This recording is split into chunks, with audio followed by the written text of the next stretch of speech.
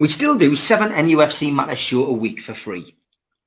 But if you want to help support NUFC Matters, then there are a few ways of doing it. Hit the like button on each live broadcast and video. This helps the channel grow. Hit the subscribe button and select the all notifications bell so you don't miss a single show. If you want to help us financially, then you can join the channel using this button with the membership starting at $1.99 a month. Or you can drop us a donation in the chat using a super sticker. We're also looking for sponsors. If you'd like your brand advertised on the flyers for the show and featured during the ad break, then email John at nufcmatters.com to arrange today.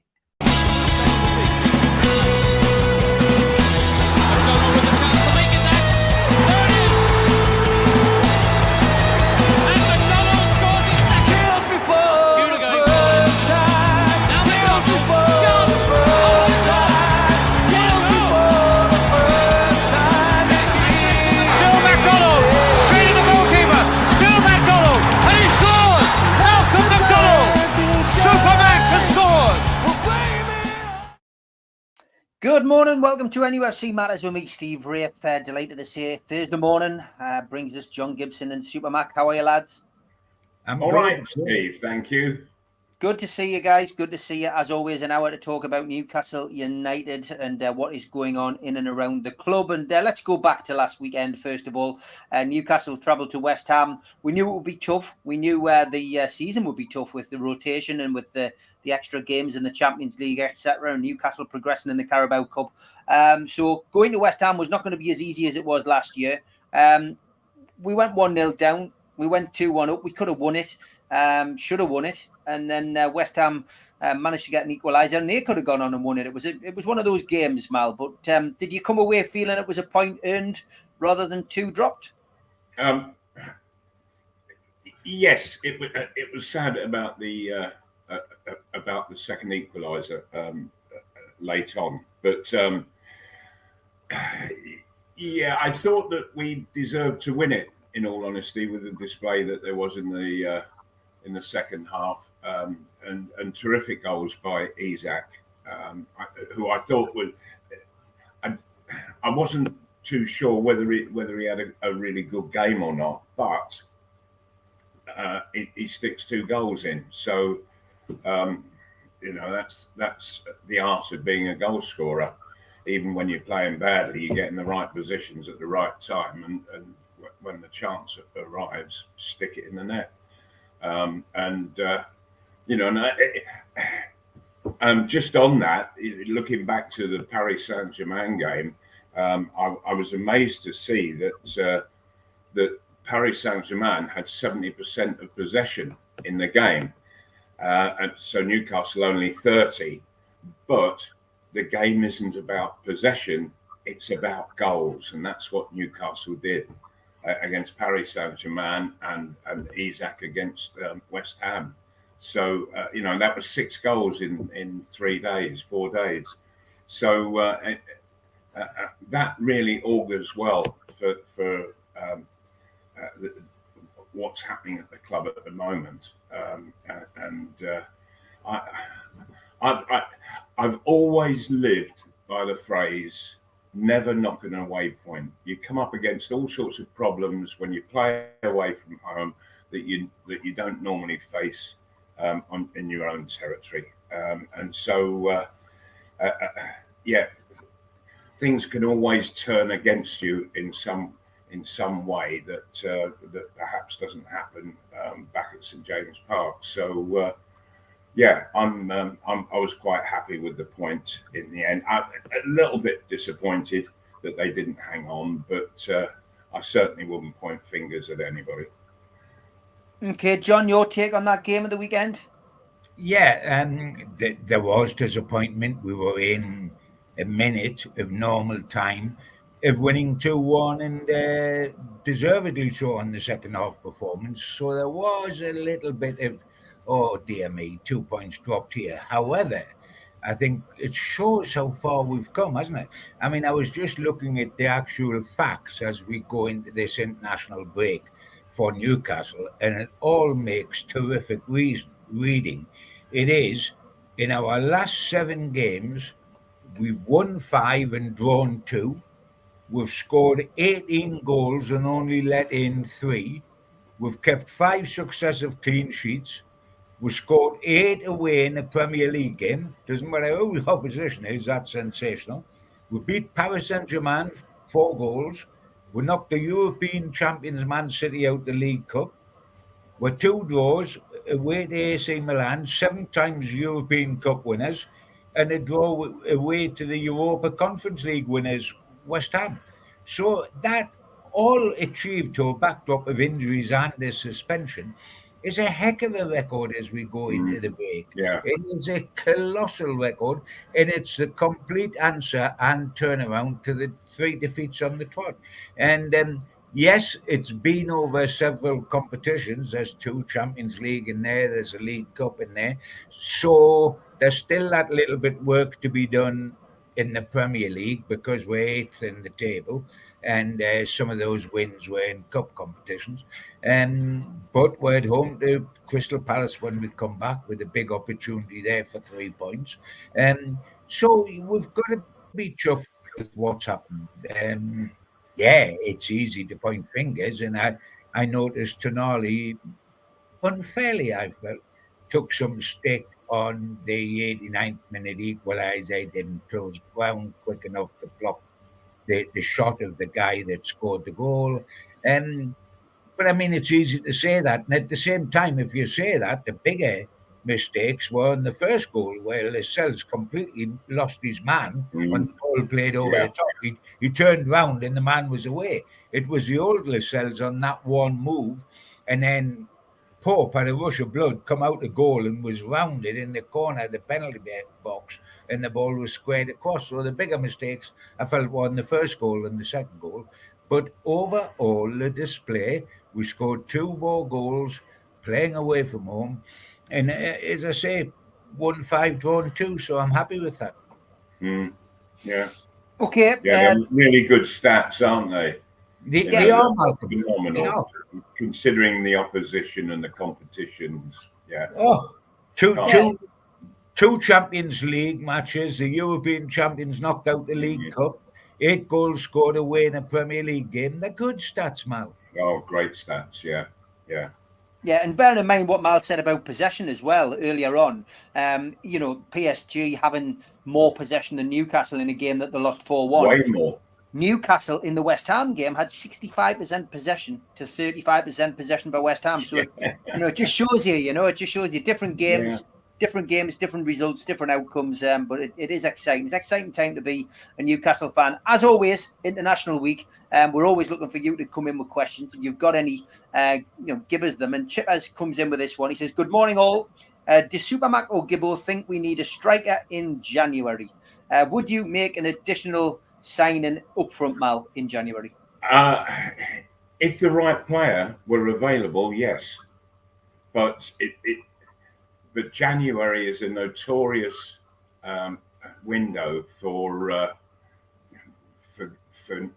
getting what you don't want, out of panic.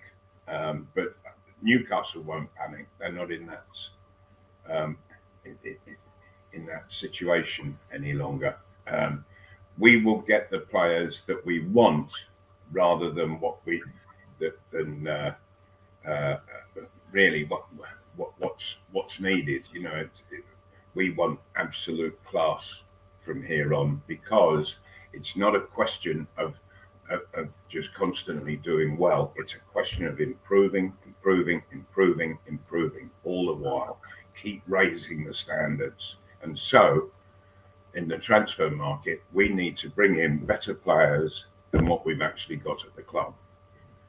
And so, the better that we get, the more difficult it becomes in the market to find those players.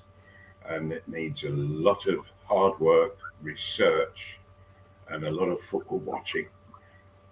Yeah, I mean, it's an interesting point Chipper makes from my point of view, because he must have been in my head this morning, because just before I come online, I filed my Friday column to the Chronicle, and it is some fans think Newcastle need a centre forward because of what's currently happening. And what sparked off that column that I'm writing is the fact that Wilson and Isak have gone into this international break. Wilson is not in the England squad because he just missed 3 successive games with a hamstring, and Isak's been sent home from Sweden because of a slight groin strain that he has. So technically, both our strikers are on the injured list as of today. So what if that was the situation when we play Crystal Palace? And I'm very hopeful it won't be, because we got Callum Wilson for only 5 minutes down at West Ham. But that really concentrates minds. What would Newcastle do against Palace if both Isak and Wilson weren't fit? Now, the alternatives are very limited. Howe could play a false number 9, which would be either Anthony Gordon or Elliot Anderson, because he would be very, very reluctant. I wouldn't say he wouldn't do it, but he would be very reluctant to move Joe Linton back into his old centre forward position, because his career nosedived there, and he's so much better out wide left or playing centre midfield. So I think he would be reluctant to move. But we have got that problem because, bless him, I mean, Callum carries a hamstring injury all his career now and is very well handled to get that. He got on 86 minutes for Isak at West Ham, but Eddie Howe said afterwards he couldn't have played for much longer. The condition he was in at that time, he was only supposed to be on the bench as a token, and he was able to play for the last 10 minutes, shall we say. But he couldn't have lasted much longer. So he's got to step that up to be available for 90 against Palace, and we've tried to get Isak fit. The problem is the supporters and lots of depth at number 9. But that's the difficulty, guys. Malcolm sitting there knows more about centre forwards than any of us. And they are the blue chip boys. They are the blue-eyed guys. They're the big, big, big price. Now, which centre forward's going to sign for Newcastle and be third in the pecking order behind Isak and behind Wilson? You'll only get an 18-year-old who's got a real future ahead of him, or a 33-year-old who is ready to play down his career, that would do that. You won't get a 26-year-old in his pomp willing to sign for Newcastle when they've got Isak and Wilson. That won't happen because he'd want an automatic place. So it's difficult to buy for that position.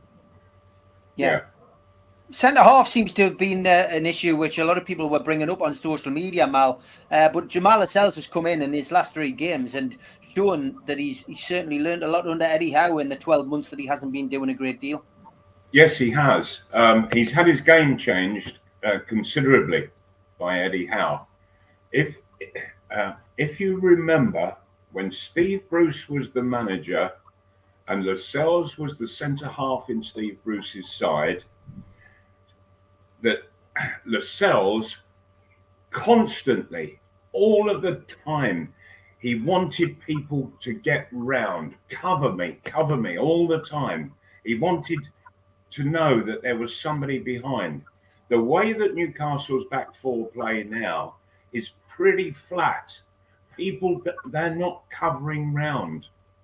And yet Lascelles, who under Bruce was one thing, has become something quite different, a much, much, much better player, because he's not requiring that cover behind him all the while. And it's making him a better centre half. You know, I always think when a centre half wants cover round behind him, he's a bad centre half. He's unsure of himself, Malcolm. Then, isn't he? Yeah. He knows that he's going to make mistakes. He's going to get beat by centre forwards. The interesting thing for me, and say that I'm either a cynical old so-and-so, and I can see you both mouthing you're a cynical old so-and-so, or just say that I'm a hard taskmaster, because I always, when I see players play well that previously hadn't, I always say, well, I want to see you keep doing it. I mean, it's wrong to say anybody can have a good game, but the hardest point's to follow up a good game with another good game and Yes. then another good game. Now, for me, Lascelles had 2 absolutely outstanding games for Newcastle United at St James's Park. I saw him go to West Ham, and overall, he did smash it.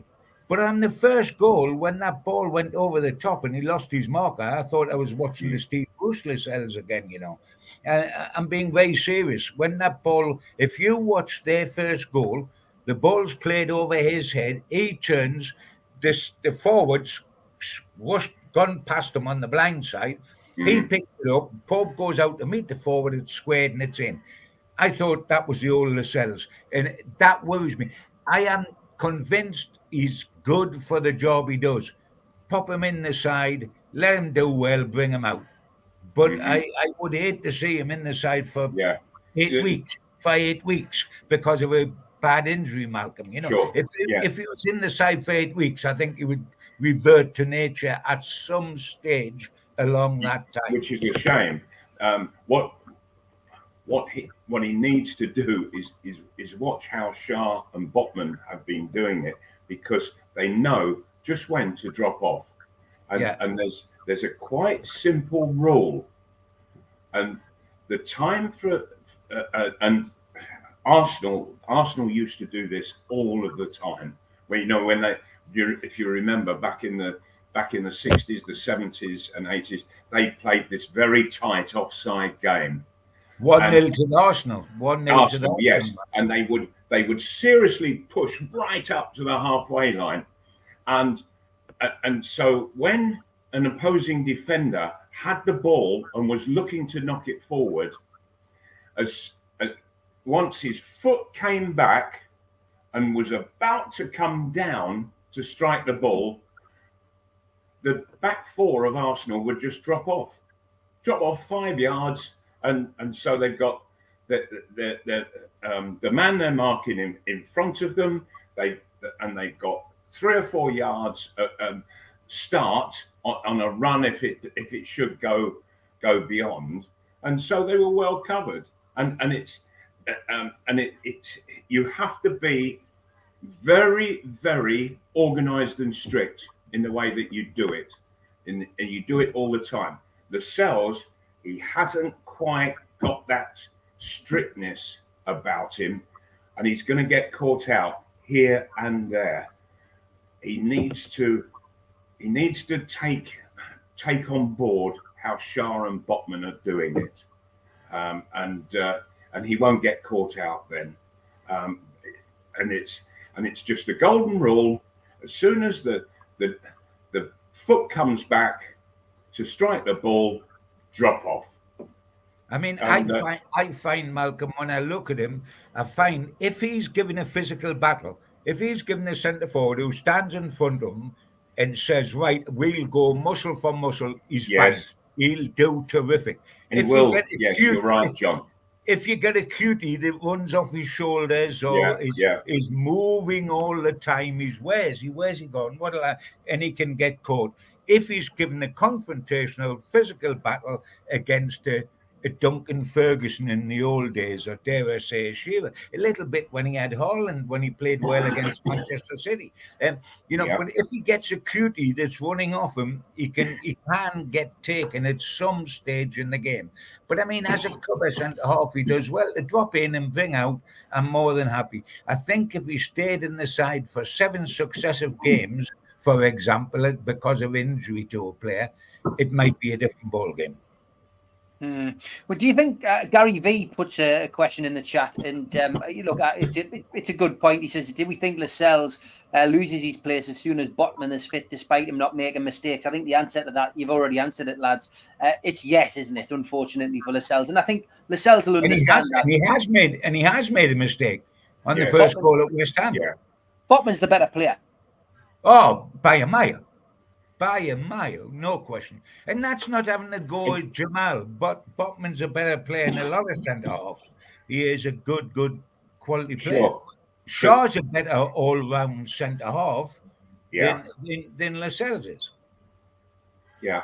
Wait, you see, may I just, sorry to interrupt, Marlon, but But the point that I'm making about centre halves, and it just dawned on me there, is when they suddenly come back into the side and they can look terrific for a game, there's nobody look better than Paul Dummett playing left side of centre half against Manchester City. But if he'd stayed in the side, at some stage he would get exposed. Yeah. Because he hasn't got the high consistency that Bachmann and Shaw's got.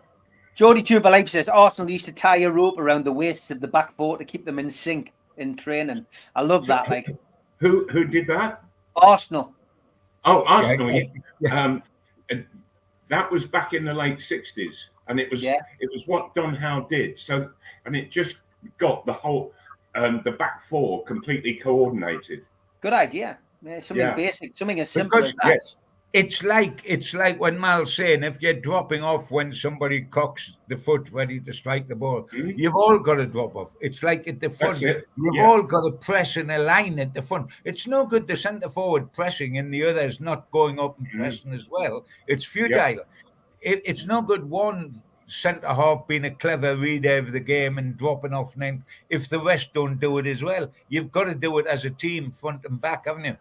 Yeah, JB, I disagree. I think Newcastle will spend. I don't think they'll spend massively, but I do think they'll make an acquisition of some sort in the January window. I think they'll always want to improve the squad, but I think in the summer, I think the summer window, I think that will be the biggest that we'll have seen under this ownership. I genuinely do, and I think it'll be another one. But we'll always improve. And I think Dan Ashworth will have already done his business on January. He'll be looking at the summer now. He'll already be looking at who we could buy in the summer. I just want to say as well, I've noticed one or two people talk about tickets. Not going to go down that avenue, don't worry. But of all the stupid things to do, Newcastle United, they're getting everything right other than ticketing.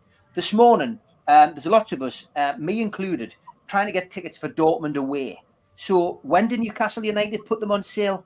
The same day as they put the resale tickets on sale for the home games. So you're in a queue now online, 28,500 people queuing online, trying to get tickets for Dortmund away. And every time you click on the Dortmund away game, you're getting taken into the queue for the Dortmund home tickets.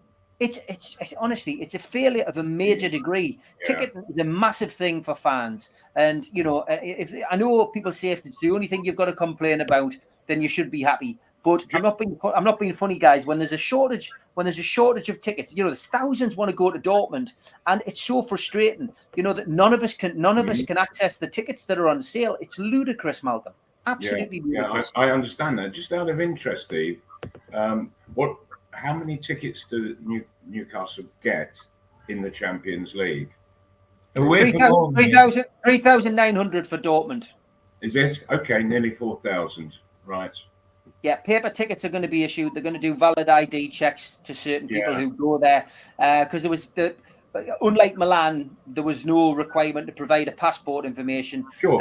But Newcastle confirmed that they're going to be limited ticket holders are going to be obligated to collect their tickets on match day on production of valid ID. They're trying to stamp out this kind of Newcastle fans passing tickets to one another, Right. But Steve, when you go online to get a ticket, is it not just an automatic process?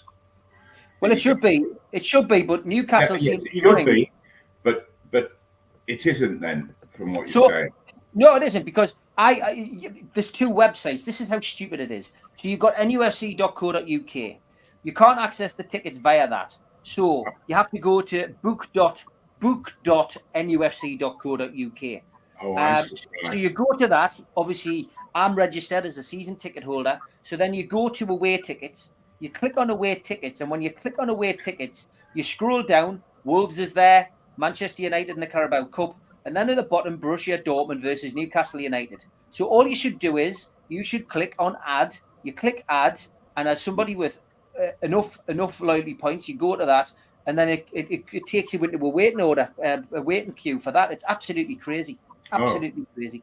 But it'll get rectified at some point, but there's lots of people who will have been on this website this morning will not have been able to get a ticket. And it's as simple as how long does it take somebody then online to get a ticket for Dortmund? How long is the process?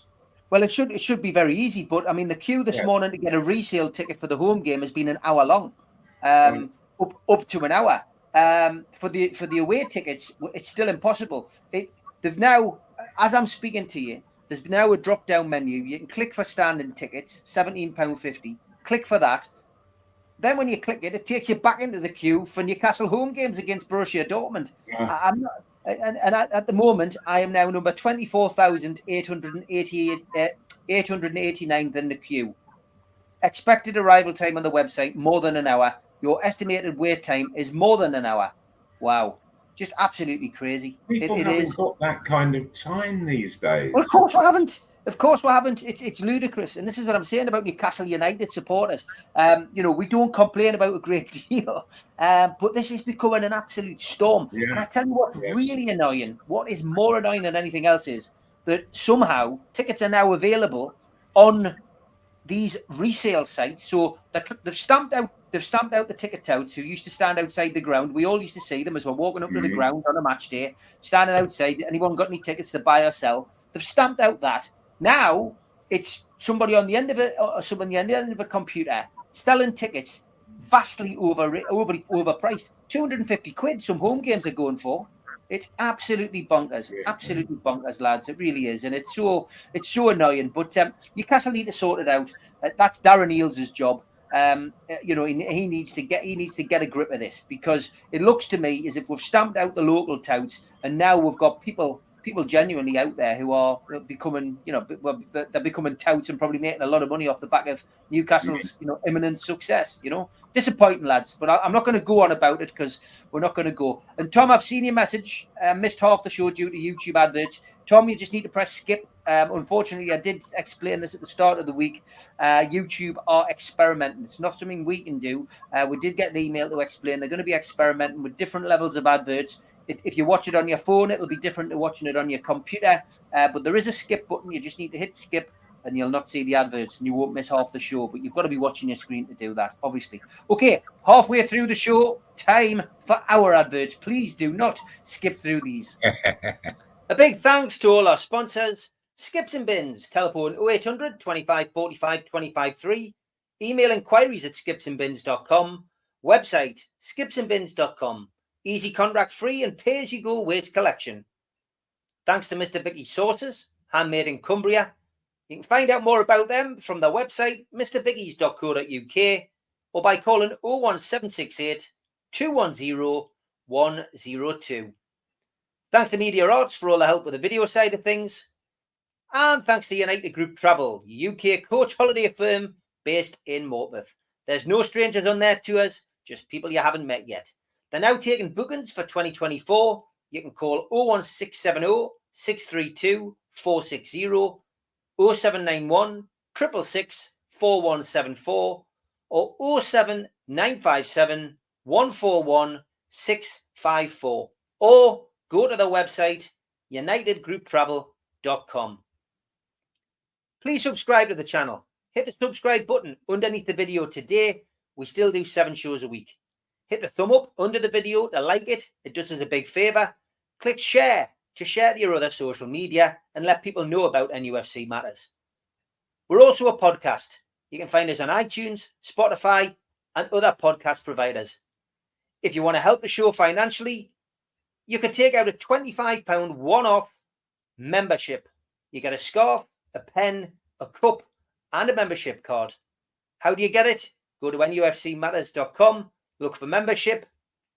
If you've got a smartphone, then put your smartphone over the QR code and it will take you straight to that section on the website.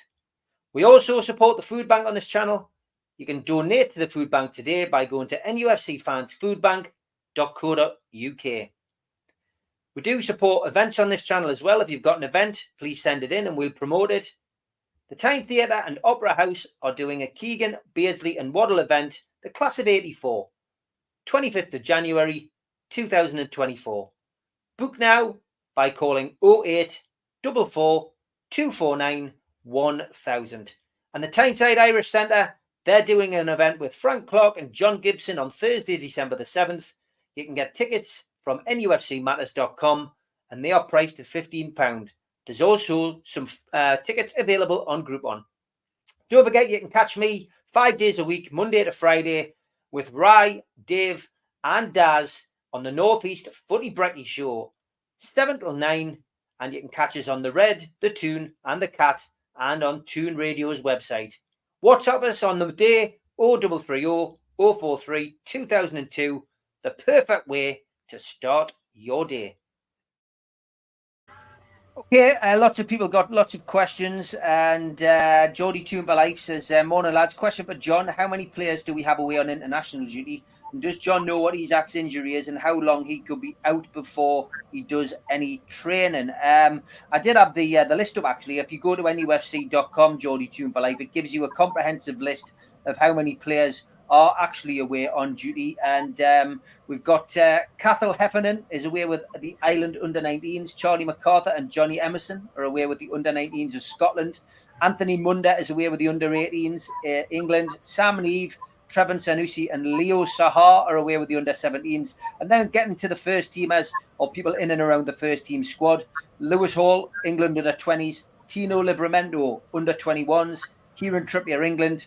Bruno, Brazil. Dubravka, Slovakia, Almiron, Paraguay, Tonali, Italy, Jamal Lewis with Northern Ireland, and Fabian Schär with Switzerland. So there you go. That saves you doing your homework, John. Any news on Isaac?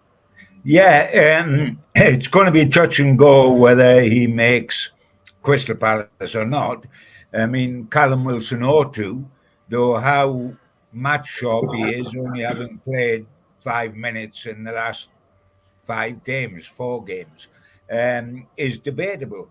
He has a slight groin strain. We were just told, Isaac, he's injured, and even Sweden just said he's injured, didn't say what it was. It is groin. They are niggly things, as Malcolm knows. It's a bit like hamstring. When are you right? When are you pushing it? When is it going to relapse? Etc. etc. So I think it's touch and go. He's not ruled out at this stage. He is definitely not ruled out of Crystal Palace, but equally he's not ruled in. And it is going to be touch and go. And what we've got to remember is that having had a fortnight's rest, we're going bang, bang, bang, bang when we come back, because we've got Crystal Palace on the Saturday, and on the Wednesday we're home to Borussia Dortmund. So we've got our two strikers, Wilson and Isaac, not 100% as we talk, and they've suddenly got 2 key games in 4 days. You know, will they have a relapse if they play against Crystal Palace for Dortmund at home, which is a must-win as far as the Champions League's concerned, points position in the group. So it's going to be difficult. And how do you juggle? Do you try to play one against Palace and keep the other for Borussia? It depends, but it's not clear-cut. But neither are ruled out at this stage. Isaac has a chance. Okay, well, that's good news. Keep our fingers crossed for him. And Kevin, yes, we will record that event and it will be broadcast on the channel at some point. It won't be a live stream. You end up all kinds of problems when you start doing stuff like that on this channel or any YouTube channel, because ultimately, if it fails, then people are left disappointed. So we'll record it. That's the best way to do that, I think. BJR. Good morning. Do you think Eddie will play a full-strength team against Manchester United in the Carabao Cup? It's the most obvious chance of silverware after all. Malcolm, I think he will go as close as he can. It depends on, I guess, where we're at by this time November comes around, because we'll have played a hatful of games before then. Yes. If you look at the side that started against Man City in the Carabao Cup, there were serious changes there. The whole of the outfield, Malcolm, there were 10 Yes. changes. Every outfield player was what we would have called in the old days a reserve. Right. If you like, from the previous weekend, they were completely... And that was against the best side in Europe, by the way. So will he do that again at Manchester United? Who knows? I hope not. I hope not. I thought it was a death wound against Man City. Then we get through 1-0. I know. It was quite incredible, was that? Particularly after that first half performance where Man just couldn't get the ball off Man City at all. But they only had one shot at goal, I think, in that half. You know, certainly what he was saying, that the guy saying our best shot of silverware, certainly at the moment, yeah, because it's the our only chance of silverware is the two domestic cups, the League Cup and the FA Cup. I'm talking about this season, not long term. This season, our only chance of silverware is those two competitions. So and it's a real conundrum. How serious do we take it in the early stages? We always, when you get to quarterfinals and the semi-finals, you feel your strongest side. But what do you do in the early stages against Tranmere? He fielded the reserves. We never thought he would make 10 changes against Man City. Never in the month of Sundays. They didn't make 10 changes, and they've got a top-class reserve side. So it's anybody's guess, especially this far away, what the I tell you what, if we win at Manchester United, having knocked City out, they ought to give with the cup straight away. Because what sort of draws have we had? The hardest draws possible. Man City, European champions, and then the Carabao Cup holders away from home. If we win those two matches, they should cancel the competition, bring the trophy up here in a taxi, and present it to Eddie. Yeah. Other questions? Alan Thompson, good morning. He says, Malcolm and John, which game had the best atmosphere? Barcelona in the 90s or PSG last week? He says, I thought PSG game was like a library compared to the Barcelona game. I hope it improves for the Dortmund game. Difficult to compare when they're so far apart. I've got to be honest, lads. I still say for me, and of course you guys will have different recollections yourself from your playing career, Mal. You, John, from reporting on some wonderful days and nights at St James's. In my lifetime, I'm going to say that the three matches that stand out for me, or three occasions where the atmosphere was louder than I've ever heard it. And I'm not going to put them in a particular order. Manchester United 5-0. Alan Shearer's testimonial. And I think the loudest noise, I still say it was up there, was when Andy Cole scored his 41st goal for the club to go past Hughie Gallagher's record. Barcelona's up there for atmosphere, but that second half was very, very much like sitting on your hands, because Barcelona made a bit of a comeback and could have, if the game had been another 10 minutes, Barcelona would have drawn.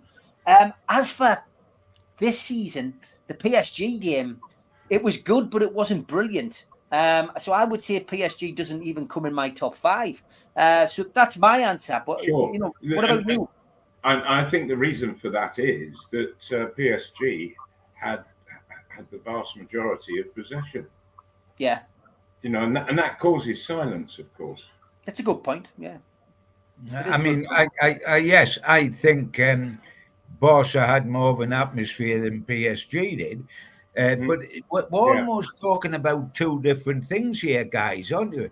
We're talking about the atmosphere inside the ground, and let's not put PSG down. The way the flags were prior to the kickoff with war flags, etc.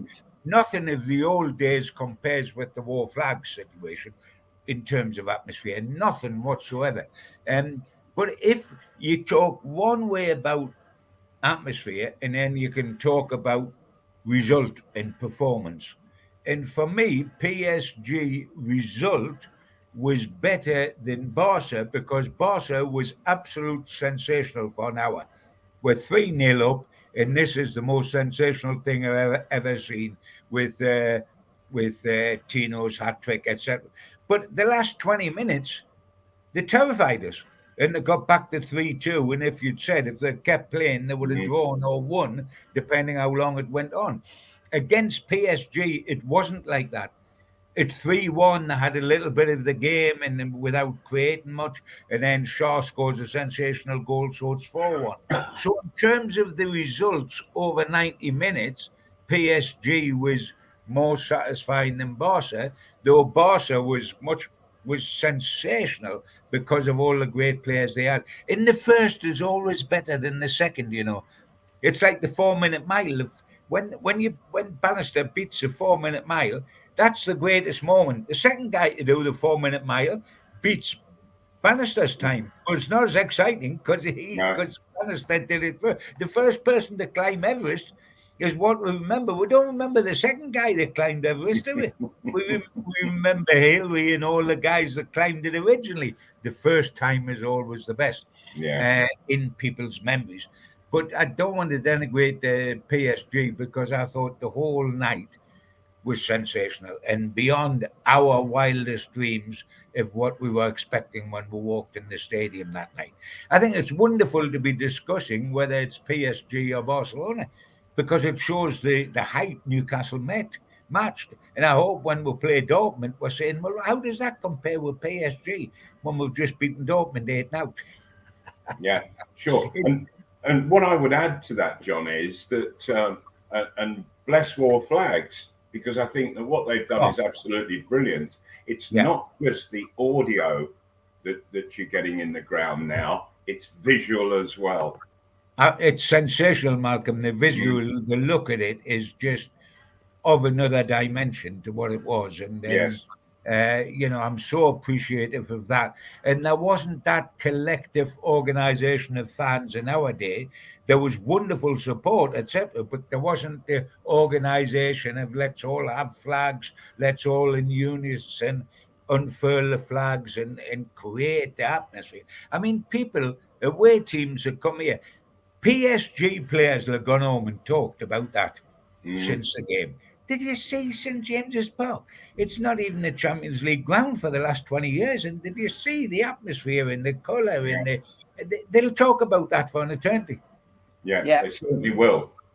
Yeah, I agree, lads. I mean, look, it fantastic. JB says that the 76 League Cup semi-final second leg was also astonishing. Semi-finals are great. I mean, Manchester United's Old Trafford hosted us for the cup semis in the 90s, and that was fantastic as well. You know, you do remember special days, but you know why they're fantastic, Steve? They're fantastic because we win semi-finals. We don't win finals. We don't win finals. We win semi-finals, so they're fantastic. You're right, mate. You're right. Question for John. Oh no, that was the one we did earlier. Sticky Troll, the Keegan one is interesting. It's yesterday's news, and what I'll say about this is I do many talk-ins. I've done many talk-ins, as has John. I'm always very upset when someone who hasn't come out and said something publicly gets lambasted for something that has been picked up by somebody sitting at a talk-in and who's chosen in their own wisdom to go and share it.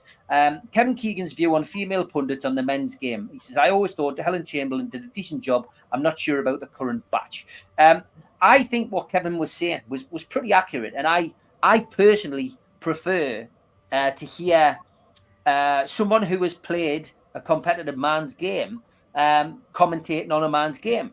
That's my personal choice. That's my preference.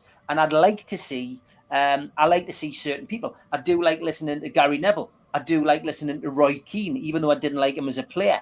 I don't particularly like listening to, say, Gary Lineker or Micah Richards. But there's certain people you respect, other people you don't respect. And I think what Kevin was trying to say was that he just prefers to watch those kind of people talking about football. He's less interested if, say, Jill Scott was on TV talking about, the FA Cup final, for example. And I get that.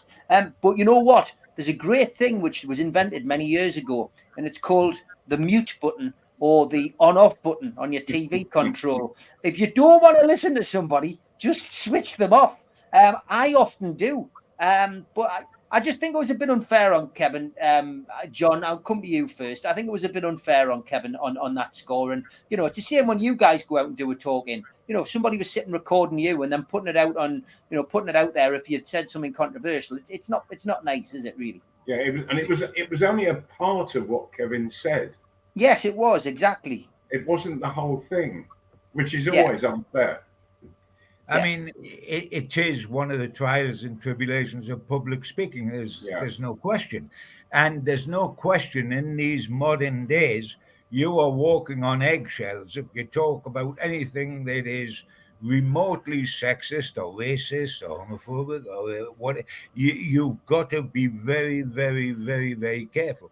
And it's all right to say, like, Roy Keane's great and Micah Richards isn't, because you're comparing like for like, and people accept that. But once you go across gender, it becomes very, very difficult. I mean, I take the point that Kevin was making, and everybody's got a right to their own personal situation. I've always liked a lot of women presenters, as opposed, from Gabby Logan to Alex Scott that does it, etc., which is different than having somebody pitch side actually give an opinion on tactics, etc. Because Gabby and Alex aren't doing tactics; they're presenting a show and do it ultra professionally. I think it's very difficult. I think it's very personal, and I think even when it was 20 and 30 years ago, men only. I mean, there's people that would tell me Brian Clough's the most wonderful thing and is God's gift to television. And other people say, what a squeaky voice, so-and-so arrogant, self-centered man he is. And we're talking about the same guy. So opinions change very, very much. And I think it's a difficult one to walk down. And certainly if I was in public and I'd been Kevin, and it's easy with hindsight, I would have batted that one away because I would have seen what was coming with that one. It surprised me. It surprised me because Kevin's usually he usually just does like a PowerPoint, etc. He usually doesn't take questions. Correct. So I don't know how he's even got sucked into that. But I'm sure he'd be very careful moving forward. Les says, I'm a female and I prefer male commentators to female on the men's game. It's an opinion, and surely I'm entitled to it, just like everyone else, which is good. And Ian says, freedom of speech is being cancelled by the 5%, unfortunately. I don't mind who speaks as long as they've got the knowledge, but surely you can have an opinion without getting lambasted. Surely, and there it is. If you've got the knowledge, and it just rankles with me that the women that they have making the comments on the men's game, they've never played it. I watch ladies football, and if I were asked to be a guest on one of the programs, I would say no. I've never played the game. It's a different game to what the men play. Much different game. The pace is different. The physicality is very, very different. And so I would be seeking to commentate on something that I know nothing about. And I don't think that the women truly understand what the difference is between the games. And so I can't listen seriously to the conversations that are had before, during, and after the games, and the commentary, of course.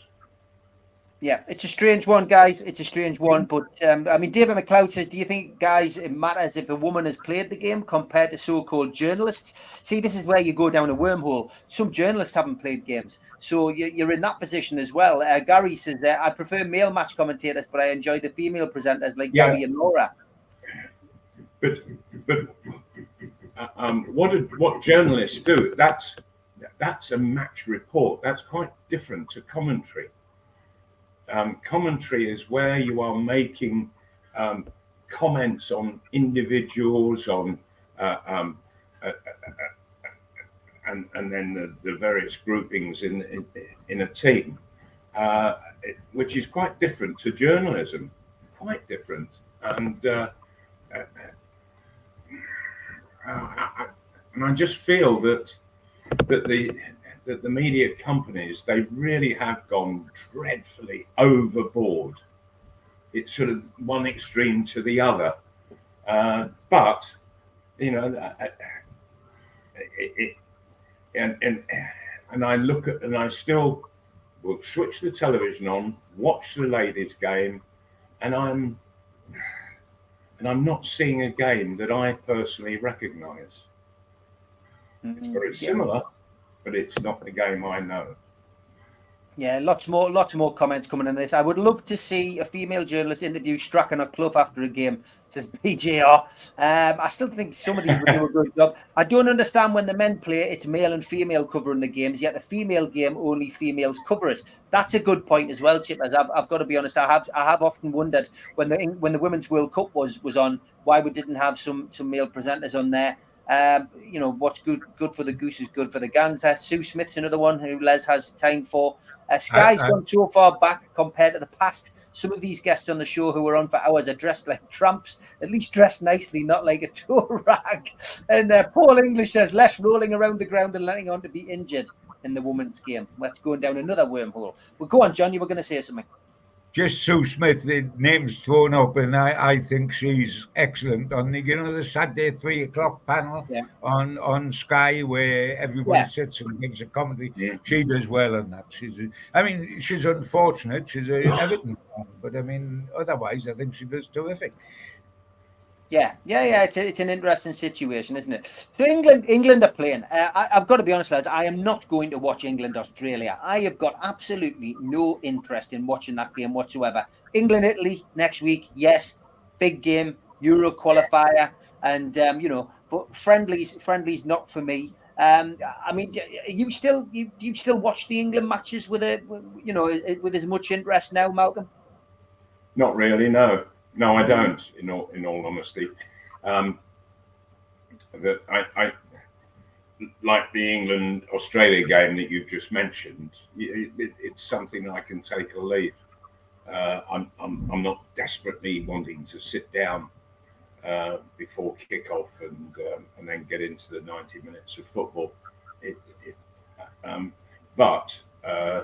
So I pick and choose my fixtures, I think, when it comes to internationals.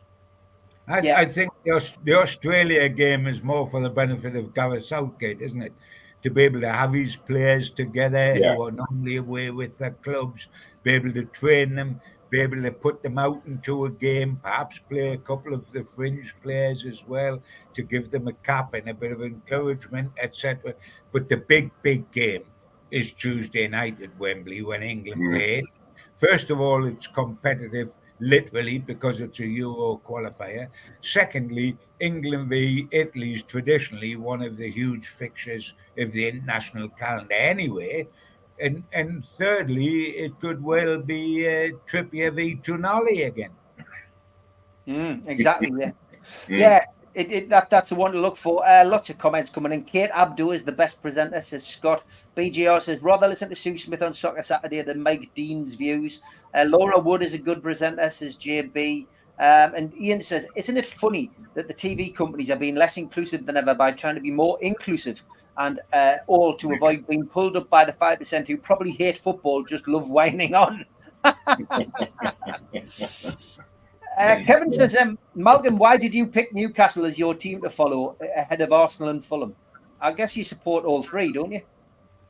Oh, yes, and Luton as well. I follow them, but of course, I'm living in the northeast now. I'm on Tyne side, so I follow Newcastle very, very closely because of the proximity to the club. So, but I always look for the results of the three other clubs, and I'll watch them on the various football programs, and I like to see all doing well.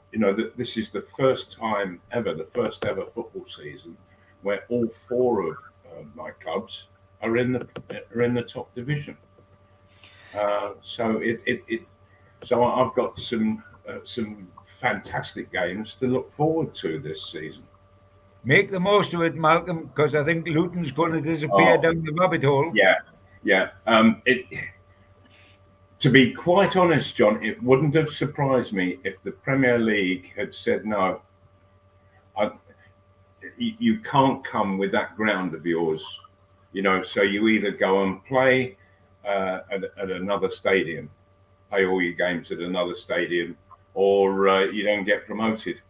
I mean, if they somehow stayed up, Malcolm, and they had to play at that stadium next season and stayed up and had to do it the following season, like Bournemouth stayed up, then I think they would face a serious FA Yes. investigation as to what happens. Yeah. John, I signed for Luton in 1969 and was told upon signing, we're going to have a brand new stadium built very soon. It's never happened. Yeah. You know, they were talking about it all that time back. They had plans. They had a site that they reckoned that they were going to. I mean, they're still using the same phrase, Malcolm. Aren't they? Still using the same phrase. We'll have a stadium very, very soon. Yeah.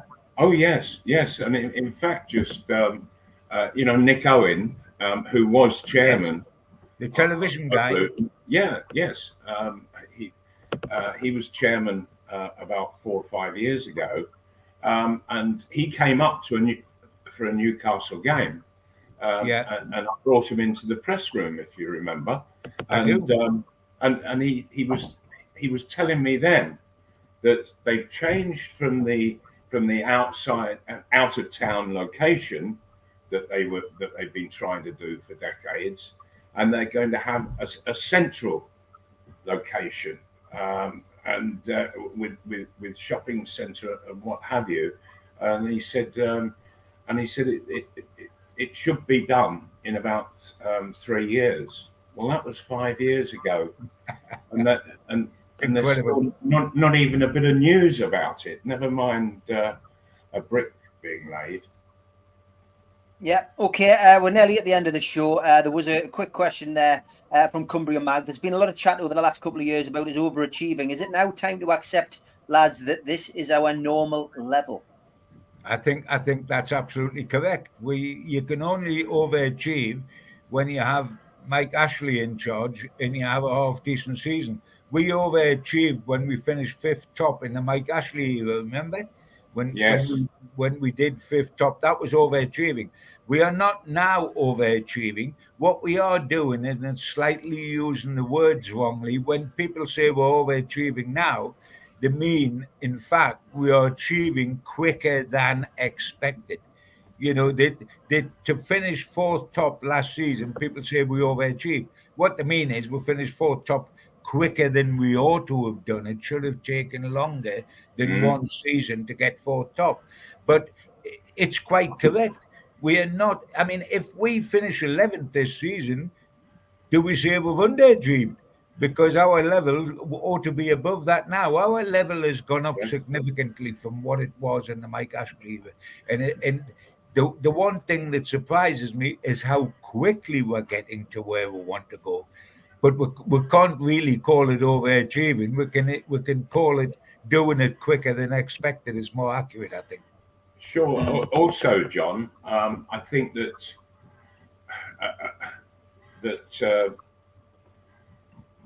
under the Ashley era, there was players were, they seemed to be stunted, and now we're suddenly seeing players like Shah just totally blossom. Where he couldn't get into the side in Ashley's time, all of a sudden now he is majestic at the back. It's happened all across the park, hasn't it? With people like Darwin, like Almiron, and all these, and like Joe Linton, the classic one, the number 9 failure, absolutely, a midfield sensation. Players who didn't seem to have a future at the club, all of a sudden, are looking quality players. And and by the way, Steve, did you hear Woody the Woodpecker?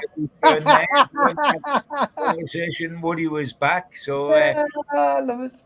I think Woody must reside in Malcolm's house, because I'm not in the same place as I was last time Woody Woodpecker appeared, so it can't be me.